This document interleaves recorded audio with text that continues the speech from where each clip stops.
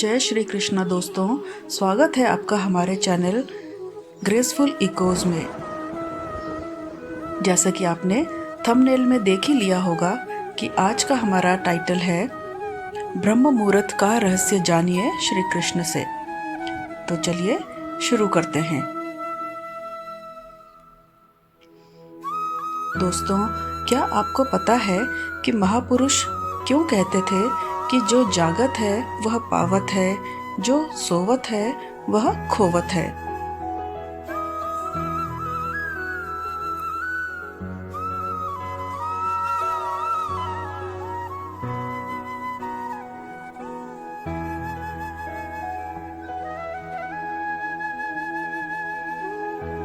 हम अक्सर परिवार के बुजुर्ग लोगों से सुनते हुए आ रहे हैं कि सुबह जल्दी उठना चाहिए।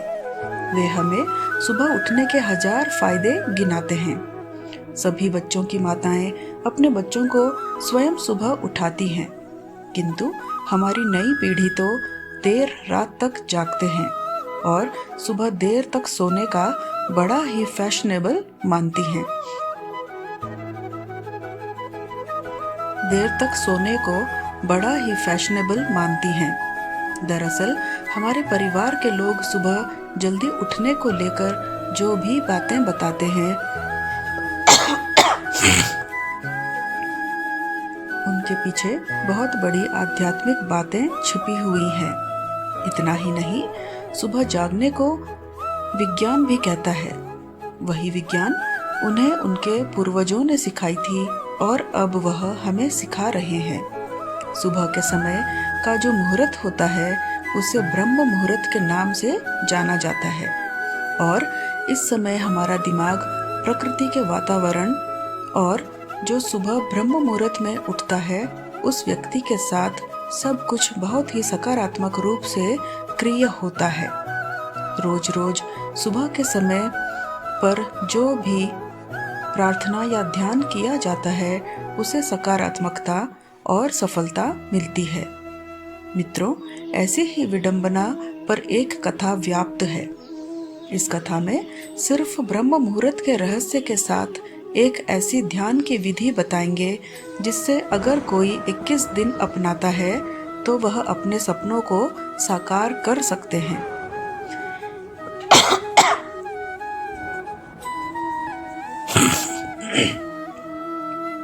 उसे ब्रह्मांड की शक्तियों की विशेष मदद मिलने लगती है। इसके साथ वह व्यक्ति अपने मन से स्थिर और बुद्धिमान बन जाता है। तो चलिए मैं आपको वह कथा सुनाती हूँ। एक समय की बात है, नारद जी जब आकाश मार्ग से होते हुए जा रहे थे तभी रास्ते में उनको इंद्र देवता मिले। वह नारद जी से पूछने लगे कि हे नारद जी, मैंने देखा है कि प्रत्येक इंसान जो सुबह के समय ब्रह्म मुहूर्त पर उठते हैं वह बहुत सुखी रहते हैं। ऐसा क्यों है? अब नारद जी को इस बात का ज्ञान नहीं था। उन्होंने कहा कि हे इंद्रदेव, मैं तुमको तुम्हारे प्रश्न का उत्तर कल दूंगा। और वहां से सीधा पहुंचे भगवान श्री कृष्ण की नगरी वृंदावन। और वहां पहुंचकर उन्होंने देखा कि भगवान श्री कृष्ण एक पेड़ के पास खड़े होकर बांसुरी बजा रहे थे। जैसे ही नारद जी श्री कृष्ण के पास पहुंचे, श्री कृष्ण ने बांसुरी बजाना बंद कर दिया और नारद जी से बोले, हे नारद जी, आप बड़े चिंतित दिखाई पड़ रहे हैं, आपको किस बात की चिंता है? तब देवर्षि नारद जी बोले, हे भगवान, आज मैं आकाश मार्ग से होता हुआ वैकुंठ लोक की तरफ जा रहा था। तब रास्ते में मुझे देवराज इंद्र मिले। उन्होंने मुझसे पूछा कि हे नारद जी, जो लोग सुबह सुबह ब्रह्म मुहूर्त में उठते हैं वह सभी इतने खुश क्यों रहते हैं? हे भगवान, मैं इसी प्रश्न का उत्तर आपके पास जानने के लिए आया हूँ। तब भगवान श्री कृष्ण कहते हैं, हे नारद जी, वाकई में इंद्रदेव ने आपसे यह प्रश्न पूछकर समस्त मानव जाति का कल्याण किया है। आज कलयुग के मानव के लिए यह प्रश्न इतना महत्वपूर्ण है जैसे उसके शरीर में बसी हुई उसकी जान है। देवर्षि नारद, मैं आपको इस प्रश्न का उत्तर एक कथा के माध्यम से बताऊंगा। कृपया करके आप इस कथा को अंत तक जरूर सुनना, और जो भी मनुष्य कथा को पूरा सुन लेगा वह कभी भी इस अवसर को अपने हाथ से जाने नहीं देगा। ब्रह्म मुहूर्त का रहस्य जानकर पूर्ण जीवन बदल जाएगा। मित्रों, तब देवर्षि नारद जी बोले, हे भगवान, आप कहिए तो सही, मैं इस कथा को पूरा सुनूंगा और समस्त लोक जगत में भी विख्यात करूंगा। तभी भगवान श्री कृष्ण कथा को सुनाना प्रारंभ करते हैं। एक समय की बात है, एक नगर में एक लड़का रहता था। वह लड़का अच्छा था, लेकिन उसकी एक खराब आदत थी। वह देर तक सोता रहता था। सुबह उसे जगाने के लिए लाखों प्रयास किए गए थे, किंतु सबने हार मान ली थी। वह लड़का कभी 9 बजे से पहले नहीं उठता था। जब वह बालक था तब परिवार ने सोचा कि जब यह बड़ा हो जाए तो इसकी आदत में सुधार हो जाएगा, किंतु वह लड़का जैसे जैसे बड़ा होता गया उसकी यह आदत और भी ज्यादा गहरी होती चली गई। दुनिया इधर से उधर हो सकती थी, लेकिन वह लड़का कभी जल्दी उठ नहीं पाता था। उसके पिता उसकी इस आदत से बहुत ज्यादा परेशान रहने लगे थे। उस लड़के को ढेरों नकारात्मक शक्तियों ने भी घेर लिया था। वह सभी को पलटकर जवाब देता था, दिन भर उदास रहता था। इसका असर उसके स्वास्थ्य पर भी पड़ रहा था। जब उस लड़के को यह पता लगा कि उसके सारे मित्र सफलता को प्राप्त कर चुके हैं, तब वह और भी ज्यादा दुखी हो गया और ईश्वर को कोसने लगा। वह बार बार कहता था कि मेरी किस्मत खराब है, किंतु उसके पिता अच्छी तरह से जानते थे कि उस लड़के के असफल होने के पीछे क्या कारण है। मित्रों, भगवान श्री कृष्ण कहते हैं, हे नारद, एक दिन की बात है, उसके पिता को किसी सन्यासी के बारे में पता चला। तुरंत वह अपने बेटे की समस्या को लेकर उस सन्यासी के पास जा पहुंचे। पिता ने उस सन्यासी को बड़े ही विस्तार से अपने बेटे की आदतों के बारे में बताया। भगवान श्री कृष्ण कहते हैं, हे नारद जी, सन्यासी ने कहा कि कल आप अपने बेटे को इस आश्रम में आने को कहिए। पिता घर की ओर चला गया।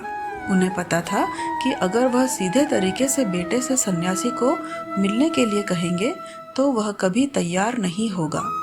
उन्होंने बेटे को अपने पास बुलाया और कहा, तुम्हारे सारे मित्र जीवन में सफलता प्राप्त कर चुके हैं, क्या तुम सफल नहीं होना चाहते हो?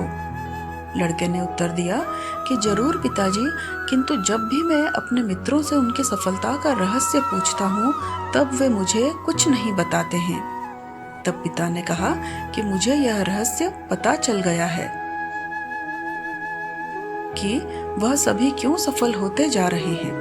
लड़के ने बड़ी उत्सुकता से पूछा, क्या पता चला है पिताजी? पिताजी, कृपा करके आप मुझे बताइए। पिताजी ने कहा कि कल सुबह तुम्हें एक सन्यासी के आश्रम में जाकर उनसे मिलना है। यदि तुम वहां पर समय से पहुंच गए तो वह सन्यासी तुम्हें ऐसा मंत्र बताएंगे जिससे तुम सफल हो जाओगे, किंतु समस्या एक ही है। लड़के ने पूछा, क्या समस्या है पिताजी? पिता ने कहा कि जब तक तुम सोकर उठोगे तब तक सन्यासी से मिलने का समय समाप्त हो जाता है। उस पर लड़के ने कहा कि पिताजी, मैं कल पूरी रात जागता रहूंगा और सुबह सन्यासी से मिलकर आऊंगा। पिता ने कहा कि ठीक है, तुम सदैव उस सन्यासी की आज्ञा को मानना। पिता की बातें सुनकर वह लड़का बहुत अधिक उत्सुक हुआ। जीवन में पहली बार उसने रात्रि जागरण किया, किंतु थोड़े ही समय में उसे नींद आ गई और वह सो गया। अगली सुबह जब वह उठा तो उसे पता लगा कि सन्यासी से मिलने का समय समाप्त हो चुका था। उसके पिता ने उस लड़के की ओर देखा और कहा कि तुम जीवन में कभी सफल नहीं हो पाओगे, जाओ जाकर सो जाओ। पिता की यह बात सुनकर लड़के को बहुत दुख हुआ। उसने मन ही मन स्वयं को चुनौती दी कि कल सुबह वह सन्यासी से मिलने अवश्य जाएगा। उसने अपने हाथ में एक छोटा सा एक घाव बना लिया। दर्द के कारण उस लड़के को रात भर नींद नहीं आई। मित्रों, यह ऐसा पहला अवसर था जब उसने अपने जीवन में पहली बार सूर्योदय देखा था। वह तुरंत ही तैयार होकर सन्यासी से मिलने के लिए चला गया। आज उसका अनुभव कुछ अलग था। वह बेहद शांत महसूस कर रहा था।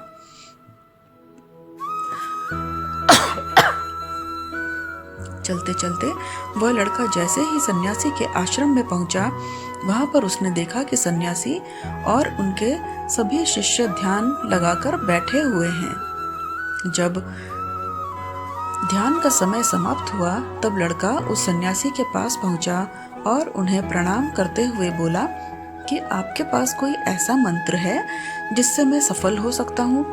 कृपया करके मुझे वह मंत्र बताइए। मैं भी अपने मित्रों के समान सफल होना चाहता हूँ और अच्छा जीवन जीना चाहता हूँ। सन्यासी मुस्कुराए और बोले, अच्छा, तो तुम वही बालक हो। तुम्हारे पिता मुझसे मिलने आए थे और उन्होंने तुम्हारे विषय में मुझे सब कुछ बताया था। मैं तुम्हें वह मंत्र अवश्य बता देता, किंतु अब लड़के ने जैसे ही किंतु शब्द सुना, लड़का घबरा गया। उसने पूछा, किंतु क्या? किंतु क्या गुरुदेव? उत्तर में सन्यासी बोला, मैं तुम्हें वह मंत्र बताऊंगा, किंतु अगले 21 दिनों तक तुम्हें मेरी आज्ञा माननी होगी। मैं तुम्हें वह मंत्र 21 दिनों के बाद बताऊंगा। तब तक मैं तुमसे जो भी कार्य कहूंगा, तुम्हें वह करना होगा। यदि तुम असफल हुए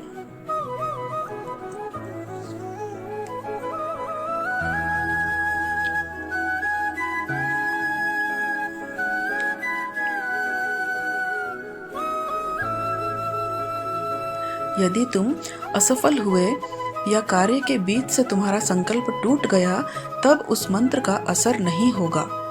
दृढ़ निश्चय के साथ उस लड़के ने कहा कि मुझे आपकी सारी आज्ञा स्वीकार है। मैं अगले 21 दिनों के लिए आपका दास हूँ। आप जो भी कहेंगे मैं वही करूँगा। मुझे केवल और केवल उस मंत्र के बारे में जानना है। फिर सन्यासी ने कहा कि ठीक है, कल से तुम्हारा कार्य शुरू होगा। तुम इसी आश्रम में निवास करोगे। वह लड़का आश्रम में निवास करने के लिए तैयार हो गया। सन्यासी ने कहा कि यहाँ रहते हुए तुम्हें ब्रह्म मुहूर्त में उठना होगा और दूसरे शिष्यों की तरह ध्यान और तप करना होगा। साथ ही आश्रम के कार्यों में भी सहायता करनी होगी। ध्यान रहे, यह संकल्प टूटना नहीं चाहिए। अब लड़का सन्यासी की बातों से सहमत हो गया। अगले दिन से उसके कार्य के दिन की शुरुआत थी। इस बार लड़का इतना दृढ़ निश्चय था, किंतु 1 सप्ताह बीतने के पश्चात ही उसका संकल्प टूट गया और वह 8वें दिन देर तक सोता रहा। जब वह जागा तो उसने कहा कि मुझसे कितनी बड़ी भूल हो गई है। वह रोते हुए सन्यासी के पास पहुंचा और कहा कि हे गुरुदेव, मेरा संकल्प टूट गया है। अब मैं जीवन में कभी सफल नहीं हो पाऊंगा। सन्यासी ने उसे समझाते हुए कहा कि एक बार फिर से शुरुआत करो, फिर से संकल्प करो। लड़के ने सन्यासी से प्रश्न किया कि सुबह उठना इतना आवश्यक क्यों होता है और यहाँ पर सभी लोग इतनी जल्दी क्यों उठ जाते हैं। तब सन्यासी ने लड़के को समझाते हुए कहा कि सुबह यानी ब्रह्म मुहूर्त में उठने के पीछे बहुत बड़ा विज्ञान छुपा हुआ है। लड़के ने कहा कि कृपया करके मुझे वह ज्ञान के बारे में बताने की कृपा करें। सन्यासी ने कहा कि रात्रि को 4 पहर में बांटा गया है। पहला रुद्रकाल, जिसका समय शाम 6 बजे से लेकर 9 बजे तक होता है। दूसरा राक्षस काल, जिसका समय 9 बजे से 12 बजे तक होता है। तीसरा गंधर्व काल, जिसका समय रात्रि 12 बजे से भोर 3 बजे तक होता है। और सबसे अंत में जो पहर आता है उसे मनोहर काल कहते हैं। इस समय को ब्रह्म मुहूर्त या अमृत बेला के नाम से भी जाना जाता है। इसका समय 3 बजे से सुबह 6 बजे तक होता है। यह वह समय होता है जब पूरे संसार की नकारात्मक शक्तियां निष्क्रिय अवस्था में होती हैं और सकारात्मक शक्तियां सक्रिय होती हैं। ब्रह्म अर्थात देव मुहूर्त अर्थात समय। ब्रह्म मुहूर्त का अर्थ देवों का समय होता है। सन्यासी आगे कहते हैं, इस समय देव धरती विचरण कर रहे होते हैं और जागृत मनुष्य पर उनका बड़ा ही सकारात्मक प्रभाव पड़ता है। ब्रह्म मुहूर्त ऐसा समय होता है जिसमें मनुष्य का मस्तिष्क बिल्कुल खाली होता है। इसमें किसी प्रकार के कोई विचार नहीं आते हैं और जब इस समय व्यक्ति अपनी पुस्तक खोलकर पाठ का अध्ययन करते हैं तो उन्हें सब कुछ जल्दी जल्दी याद भी होता है और यह लंबे समय तक याद रहता है। यह ऐसा समय है जिसमें हम ज्ञान को समझने का प्रयास करते हैं। इसी कारण आश्रम के सभी शिष्य और संसार में बहुत से ज्ञानी लोग ब्रह्म मुहूर्त में ही उठ जाते हैं।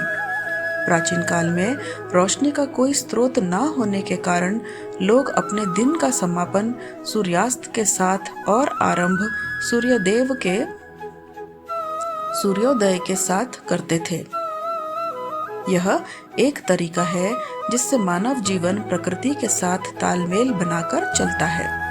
उस लड़के ने कहा कि ठीक है, मैं कल से अपना संकल्प फिर से शुरू करता हूँ, किंतु ब्रह्म मुहूर्त में उठकर मुझे क्या क्या करना चाहिए।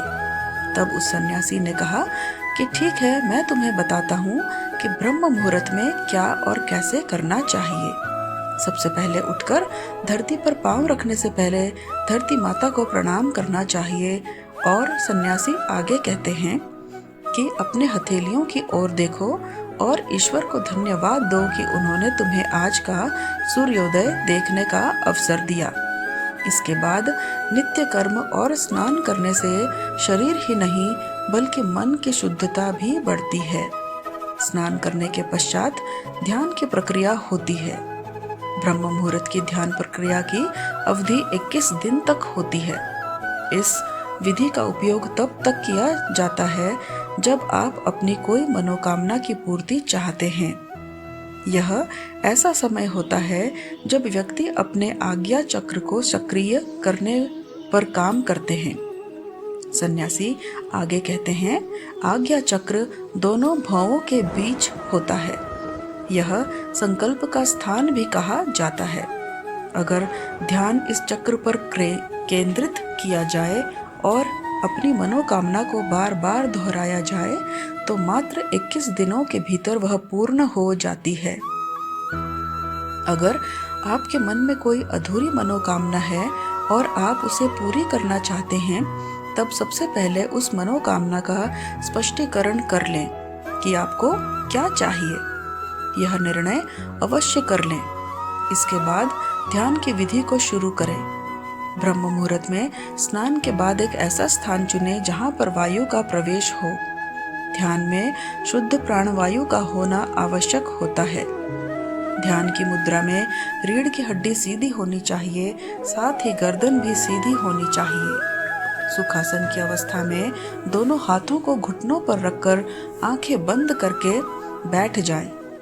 हाथ की मुट्ठी को बंद कर लें और 2-3 मिनट तक बिल्कुल शांत हो जाएं। जब आपका शरीर स्थिर हो जाए और श्वास भी शांत हो जाए, तब उसके बाद अपना सारा ध्यान आज्ञा चक्र पर लगाएं। इस दौरान लंबी गहरी सांस लें और सांस को रोक कर रखें। इस समय आप अपनी इच्छा को मन ही मन दोहराएं।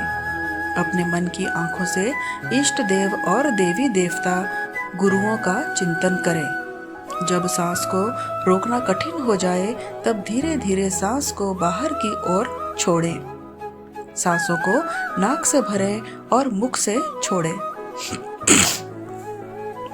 इस प्रक्रिया को 3 से 4 बार प्रतिदिन दोहराना है।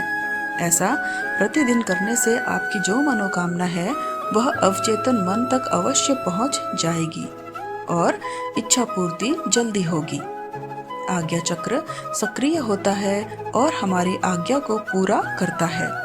सांस को रोककर रखने के दौरान शरीर में आपातकाल स्थिति हो जाती है, जिससे कि आप बेकार की बातें सोचने और विचार करने से बचते हैं। इससे मन की एकाग्रता बढ़ती है, तब इच्छाएं अवचेतन पहुंचाती हैं। ब्रह्म मुहूर्त के समय पर ईश्वर की विशेष कृपा होती है और कोई भी व्यक्ति जब अपनी मनोकामना को इस समय दोहराता है तो उसकी इच्छाएं जल्द से जल्द पूरी होती हैं। इस प्रकार सन्यासी ने उस लड़के को ब्रह्म मुहूर्त का महत्व बताया। अगले 21 दिनों तक उस लड़के ने बड़े ही मन के साथ इस प्रक्रिया को अपनाया। अब वह बहुत ही ज्यादा अनुशासित और शांत स्वभाव का व्यक्ति बन चुका था। उस लड़के ने जैसे ही अपना संकल्प पूरा किया, उसके पश्चात वह व्यक्ति बड़े ही प्रसन्न भाव से सन्यासी के पास पहुंचा और कहा, हे गुरुदेव, मैंने 21 दिनों का संकल्प पूरा कर लिया है। अब कृपया करके मुझे सफल होने का मंत्र बताइए।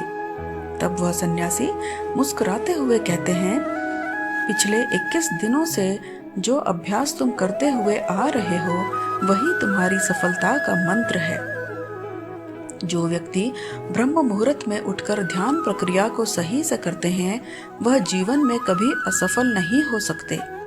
तुम्हें ब्रह्म मुहूर्त का रहस्य पता चल चुका है, अब इसे जीवन पर्यंत करो। तुम्हें जीवन के लक्ष्य और सफलता दोनों प्राप्त होंगे। उस व्यक्ति ने सन्यासी को धन्यवाद दिया और ब्रह्म मुहूर्त के नियमों का पालन जीवन पर्यंत तक करने का वादा भी किया। श्री कृष्ण कहते हैं कि ब्रह्म मुहूर्त में जागने से देव व पितर हमारे घरों में आते हैं, जिससे हमारे घर में उन्नति होती है। गीता के अनुसार ब्रह्म मुहूर्त में उठने वाला व्यक्ति आध्यात्मिक होगा और हमेशा खुश रहेगा। वहीं इस समय देव पूजा करने से धन की देवी लक्ष्मी खुश होती हैं, जिससे घर में धन वैभव की संपन्नता आती है। इसका कारण भी यही है कि स्वस्थ मनुष्य जो भी कार्य करेगा वह अपनी संपूर्ण शक्ति से कर सकेगा। अतः वह यदि ध्यानस्थ होगा तो उसकी संपूर्ण ऊर्जा उस कार्य में लगेगी। अर्थात ब्रह्म मुहूर्त में उठने से व्यक्ति को सुंदरता, लक्ष्मी, बुद्धि, स्वास्थ्य, आयु आदि की प्राप्ति होती है। ऐसा करने से शरीर कमल की तरह सुंदर हो जाता है। मित्रों, अब तो आपको पता चल गया होगा कि ब्रह्म मुहूर्त क्या होता है। तब नारद जी बोले, हे प्रभु, अब मुझे ब्रह्म मुहूर्त का संपूर्ण ज्ञान हो गया है। इतना कहकर नारद जी ने भगवान श्री कृष्ण को धन्यवाद दिया और इंद्रदेव के पास जाकर उन्हें ब्रह्म ज्ञान का संपूर्ण ज्ञान दिया। दोस्तों, आज के वीडियो में बस इतना ही। उम्मीद करती हूँ कि आपको आज की वीडियो जरूर पसंद आई होगी। मिलते हैं अगले नए ज्ञानवर्धक वीडियो में। तब तक अपना ख्याल रखिएगा। हमेशा स्वस्थ रहें, मस्त रहें, हमेशा मुस्कुराते रहें। जय श्री कृष्णा। राधे राधे।